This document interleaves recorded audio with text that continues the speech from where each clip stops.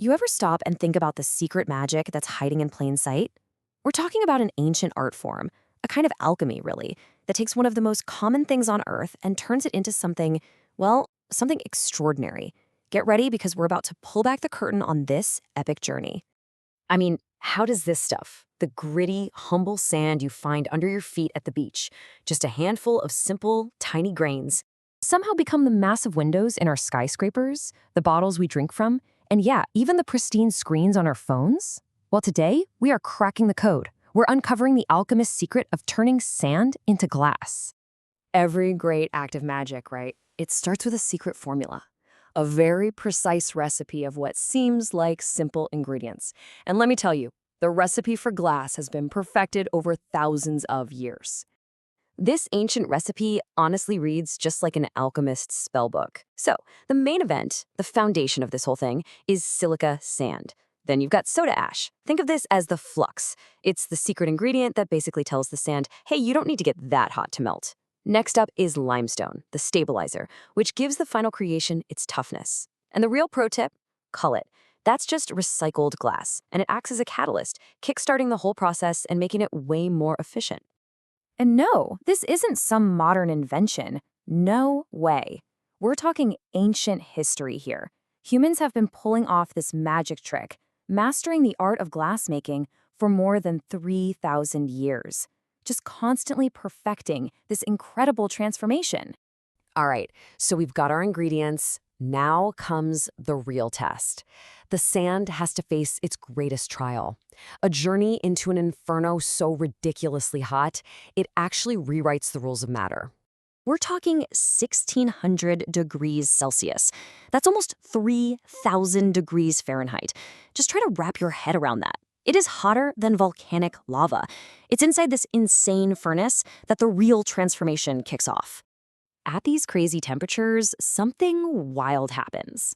That whole mixture of sand and ash and stone gets heated so intensely that it literally forgets it was ever a solid. The individual grains just melt and dissolve into each other. And what emerges isn't just liquid. It's this thick, glowing river of light, all mixed together, totally ready to be shaped, ready to become something entirely new.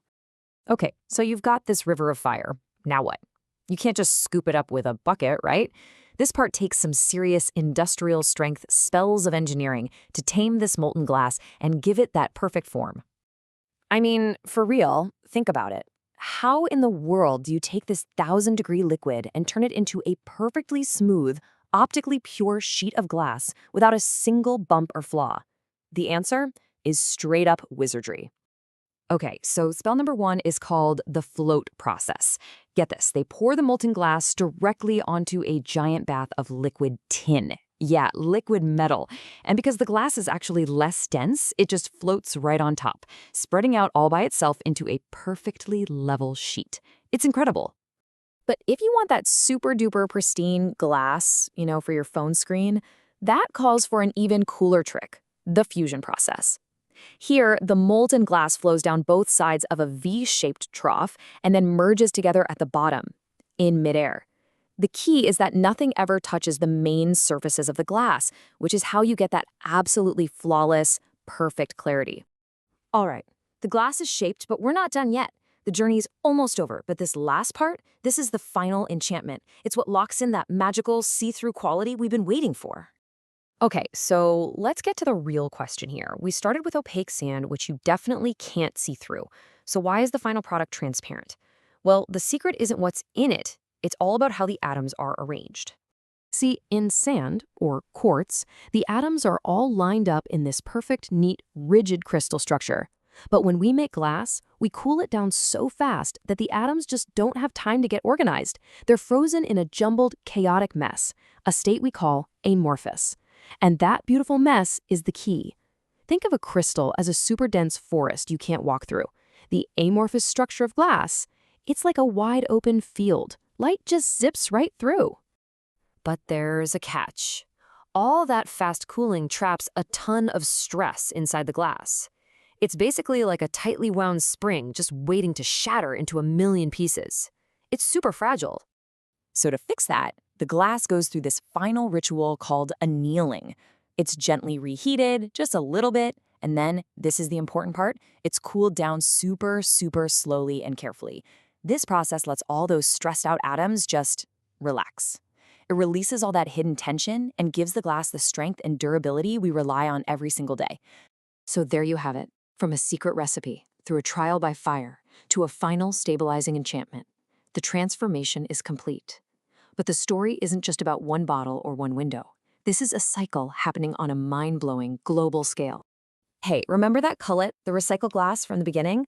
Well, today, about 20% of every new batch of glass is made from the old stuff. It's this incredible, continuous loop of everyday magic. It just keeps going.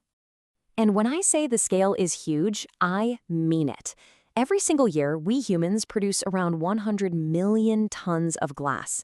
It's literally everywhere, one of the most essential materials in our modern world, all thanks to this wild process. So the next time you're looking through a crystal clear window, or you swipe on your phone screen, or even just drink from a glass bottle, just take a second to think. Remember the alchemy, remember the inferno, the molten river dance, and that final enchantment. Remember that the transparent world all around you began its absolutely epic journey as nothing more than a humble grain of sand.